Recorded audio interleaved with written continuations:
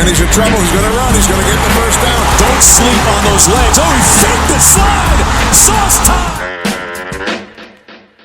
The Pitt Panthers have pulled a stunning upset over the West Virginia Mountaineers.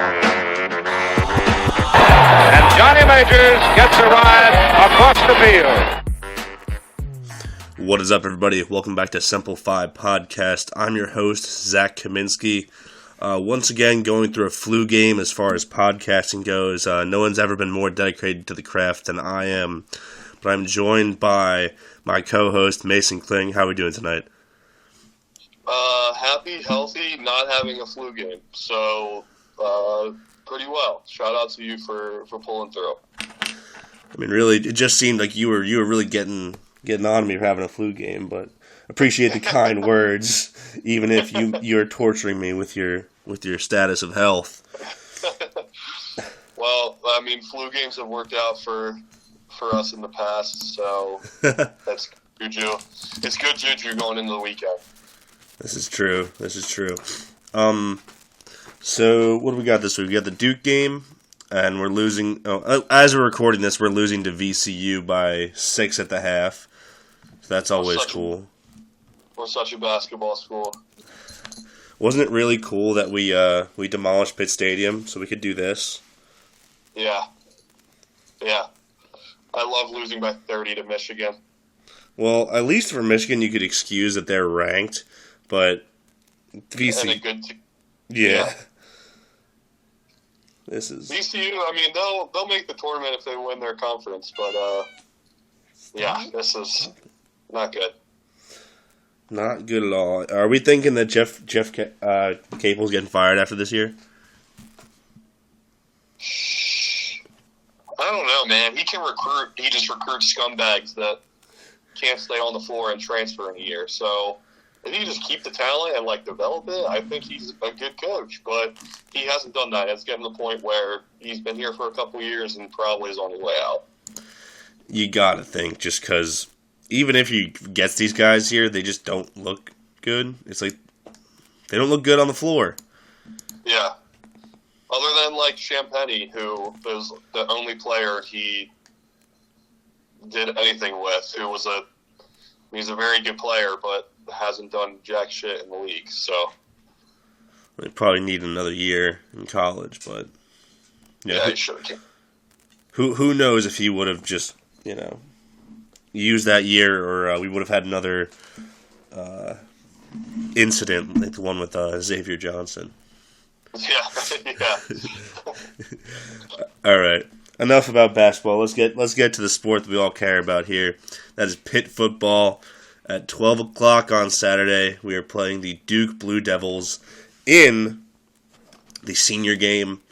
This is the last home game of the year, so if you have the ability to go. It'll be nice. Yeah, it's senior night. It's also not only is great for those seniors, but it also kind of gives us a look into a lot of the news with who is or isn't partaking in the senior day activities of who's going to be around for next year and kind of stuff like that. It's not always the case, but you get a little bit of hope for some of that stuff that's been going around this week. Well, I have heard that Servassier Dennis is not planning on doing it, and so he's not planning on doing it. He hasn't given a reason why. And Keaton Slovis says he's not doing it because his parents won't be in town. That's the official reason he gave.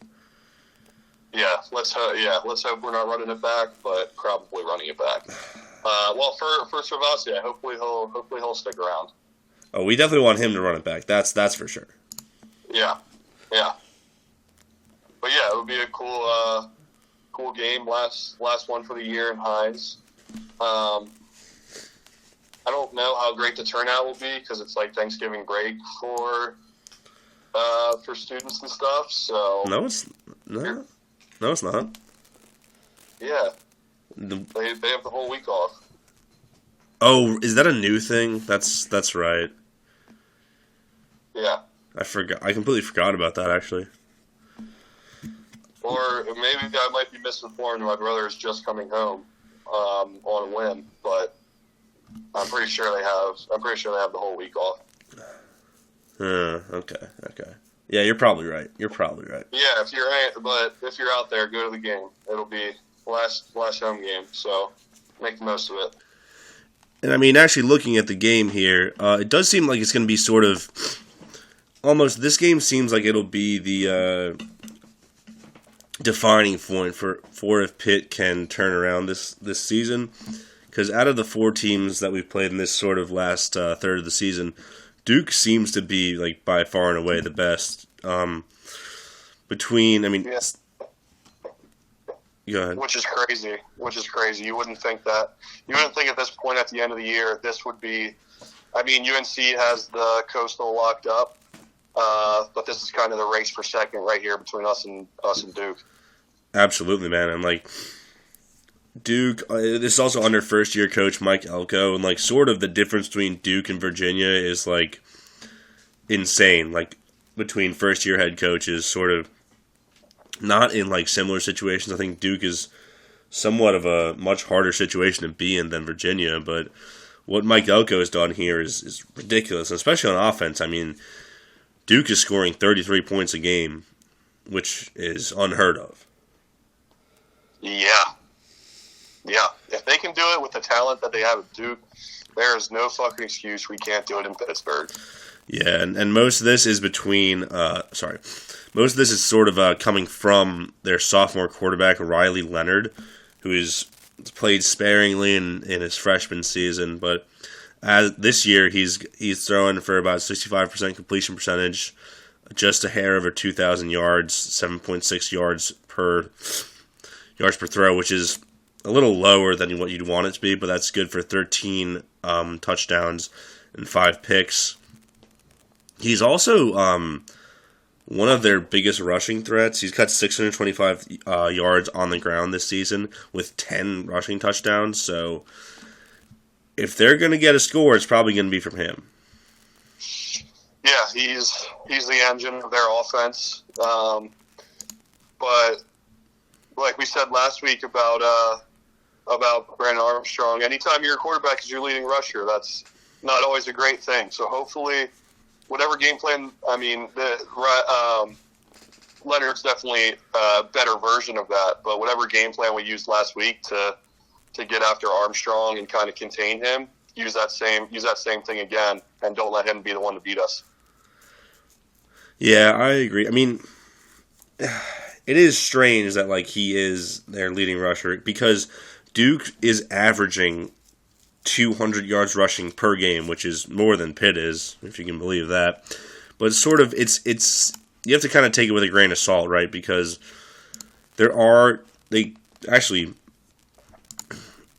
a good rushing team, but it is weird is that they spread out their carries. Like it's not going to be one guy who's getting all the carries. It's going to be 3 or 4 guys that each go for 60 or 70 yards rushing, and then it'll add up to 220 yards rushing per game. So yeah, that's true. So you're telling me they don't have an offensive coordinator that's trying to hang on to his job by obliterating one running back and giving him the ball 30 times a game? I'm actually curious who their offensive coordinator is. I actually don't know. Kevin Johns. Who the hell is that? That's a fake name. That's not a real person. Kevin Johns is not a real person. Oh, he's the old Memphis OC. I guess that sort of makes sense. He knows how to run the ball. That does kind of equate. So I guess my thing to watch in this game is Duke's defense. Under Mike Elko, it has been looking pretty good. They are giving up an average of 400 yards per game, giving up around 120 on the ground. I think the real matchup to watch here is Duke's rushing offense versus Pitt's rushing defense, who is still keeping opponents to under 100 yards rushing per game. Yeah, that'll be. I mean, it's been our strength all year. But like you said, we kind of haven't seen a lot from him, from their quarterback. So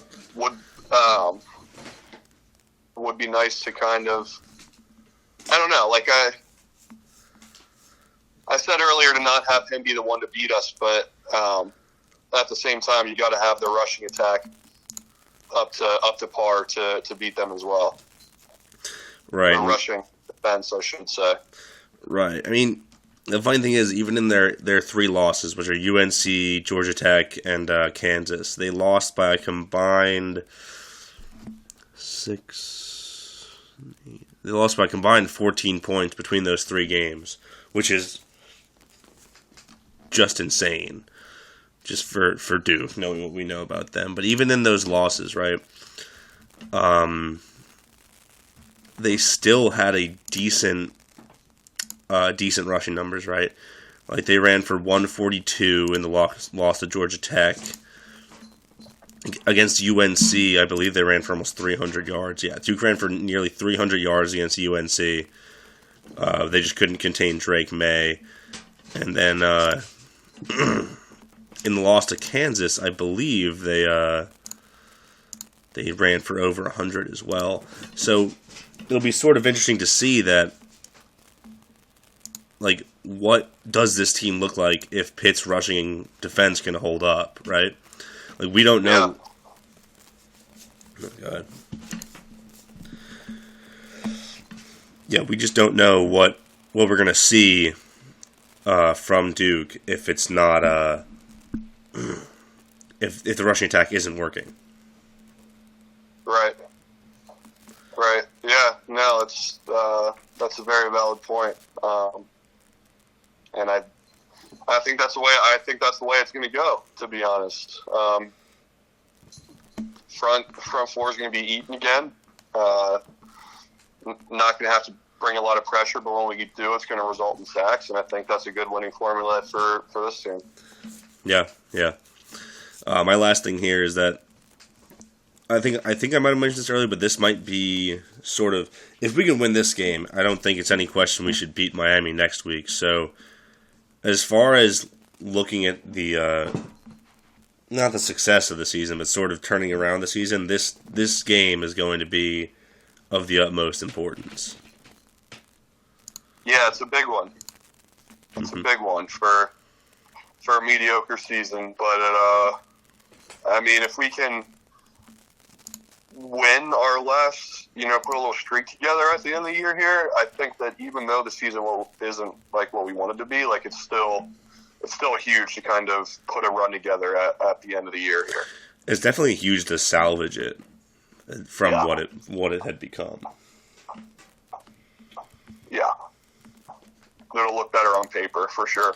Right. All right. Anything else on Duke or? No. Let's let the offense cook, control the clock, control the line of scrimmage, and go out and win a game. I mean, we're 7.5 point favorites. So Vegas likes our odds. I do too. Let's go out and win a game. All right, sounds good enough. You want to look forward to the rest of the weekend? Let's do it. All right. We're going to start on the Saturday slate because action's already happened. I just got bit on the foot by the cat. Podcat is not having a good session. He's sort of fighting back against the flu game. He's putting another layer of difficulty into this recording. However, we will persevere and move on. Sorry, as I was saying, let's move to the Saturday slate because the weeknight slate is not great this week, and also we're recording this on a Thursday. Noon slate. On ABC, 12 o'clock, you have 7-3 Illinois going to number 3 Michigan. This game had a lot more oomph on it before Illinois lost to Purdue last week, but I think this is a really good test for Michigan. So it'll sort of tell you how the game is going to go next week because Illinois has had such a good defense all year that this is going to show us what they're going to do, essentially, against Ohio State next week. Yeah. Does Purdue have the Big Ten championship locked up? Illinois would have to win this game, basically, to get back in, right? Funny enough, so if Illinois wins this game, they're back in the driver's seat, I wouldn't expect them to win, but No. right now, the team pretty much in the driver's seat, if Illinois were to lose this, is Iowa. Wow, they snuck their way back in, huh? Yeah, I think Purdue needs an Iowa loss, but the Big Ten West is complete. It's complete madness as far as the tiebreakers go, because they've all beaten up on each other at this point. Yeah. Race to the bottom in the Big Ten West. It's crabs in a bucket. Someone's got to come out on top. Yeah, but it'll be, I think, a pretty handily game for Michigan. But it'll be an interesting one. It's something to keep an eye on if it's close late, but more or less, I don't know. That's pretty much it. I just realized it's SoCon Saturday, so that we're really struggling to find some good games here because I will say, I don't know if you've thought about a Wouldn't It Be Funny, but I have a choice here in the 12 o'clock slate for a Wouldn't It Be Funny game. Give it to me. Give me a celeb shot. UMass over Texas A&M. That's an ultimate Wouldn't It Be Funny. Holy shit. Like imagine already you're missing a bowl, and then on top of it, you lose to UMass. Well, I just think it would be very funny if I was looking at records earlier today, and there's a little bit of a possibility that Texas A&M could finish with a worse record in the SEC than Vanderbilt, which would be just a cherry on top of their already funny season, as well as losing to UMass. Do you have a line for that game? A&M is favored by 33.5. All right, not looking great, but you never know. It's A&M. This is a team that only scored 10 on Colorado last year, so I don't think it's out of the question that they could. All right, you heard it here. Take UMass plus 33.5 to the bank. That's my lock of the week. Now, So I hinted at it there. I'm just going to get it out of the way here. My Wouldn't It Funny is going to be Vanderbilt over Florida. So we'll do a dual Wouldn't It Be Funny to kind of go back and forth there and have Vanderbilt not be at the bottom and have Texas A&M be at the bottom of the SEC. I was gonna say you're probably counting on this one to go Vanderbilt's way if you want the A&M to truly be the worst team in the SEC. Right. So, I mean, they're 14-point dogs in Nashville. I could see it. It would also be very funny, and that's all we really need. Yep, exactly. Sort of moving down to the afternoon slate, there's still just a whole lot of ass in this slate. One other note about the noon slate before we get to the afternoon stuff is TCU at Baylor. You think it could happen? Biggest trap game of the week. Okay, yeah. I'll agree with you on that. It's just, I think TCU is inherently the better team, but the Big 12 is incredibly unpredictable this year. And it would be a very Big 12 to have this happen, while they're ranked 4. They're in the driver's seat for the playoffs, and it just eats itself. I think if they hadn't gutted it out against Texas last week, I would sort of see it more of a trap game, but I think they'll probably win as well. I'm just saying it's something we need to keep an eye on because there's a possibility of it. But I would lean toward winning and covering as well. Right. Okay. No, I agree with that. I'm looking at the afternoon slate here. There is just a whole lot of ass here. I mean, it's Georgia, Kentucky, Ohio State, Maryland, Miami, Clemson, Penn State, Rutgers. The first truly good game here is Texas at Kansas.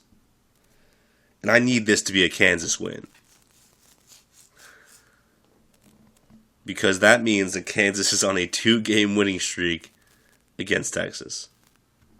That would be awesome. That would be awesome.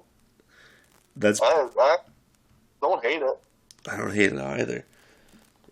They're in Kansas, so they'll probably. I don't know if they'll tear the goalpost down again, but they'll crowd rocking.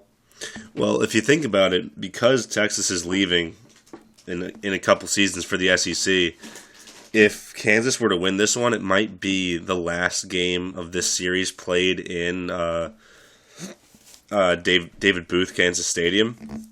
And if they were to go out winners, that would be pretty cool, in my opinion.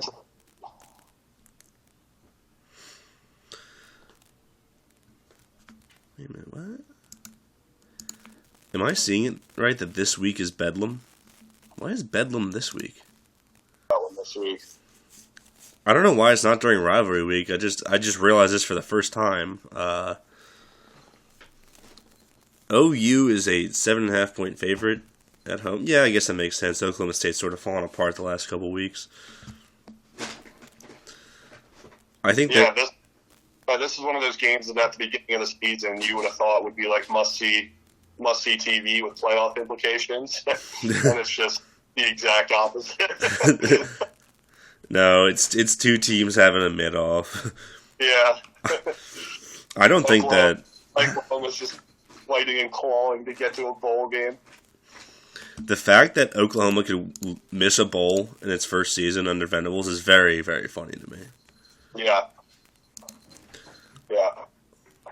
Yeah, but I have no idea why you wouldn't make this during rivalry week. It's very strange. Well, who does Oklahoma play next week for rivalry week? Texas Tech. Oh, yeah, that's dumb. Yeah, and Oklahoma State's playing West Virginia. Yeah, don't like... I bet they were trying to be... ABC tried to get cute with it and book these teams early during when everybody plays kind of their like late season bye week. They're like, fuck it, we'll have a good game where we can get all the ratings. And then it ought to be a stinker like the rest of them. Well, it kind of backfired because we do have sort of, I think, the Pac-12 game of the year here, which is USC-UCLA at 8 o'clock on Fox. Pretty much this is either going to tell us if the Pac-12 is completely out of the playoffs or if USC is their last hope. Yeah. Yeah, I mean, if history repeats itself, or this season of the Pac-12 repeats itself, UCLA wins this game in a blowout because they don't. As soon as it looks like somebody is going to take control and come out of the Pac-12, the exact opposite happens. So it would be, I mean, a crazy storyline if UCLA wins this game. I think they're going to win. I think they're going to win. I don't know. It might just be hating on USC, but I do think that they're going to be the better team this weekend. I mean, yeah, USC is a 2.5 point favorite, but it's not a lot. Not a lot. Yeah, I think I could see it. I could see it going either way. Yeah, and then at the night, I think we have our first really big game of the night slate in a while. You have Utah-Oregon at 10:30. I think that's if only Utah hadn't lost to Florida week one, and if Oregon hadn't shit its pants against Washington, this could have been an ultra mega banger, but it's still gonna be a good game. Yeah, it'll be a good one for the late slate. Still some pretty big like bowl implications for somebody to get a New Year's Six here. So I mean they'll still be going hard and trying to. I guess how does this affect the Pac-12 championship? If winner of this basically goes in both of those games, right? Unless UCLA wins. If UCLA wins, I have no clue. That's just. I think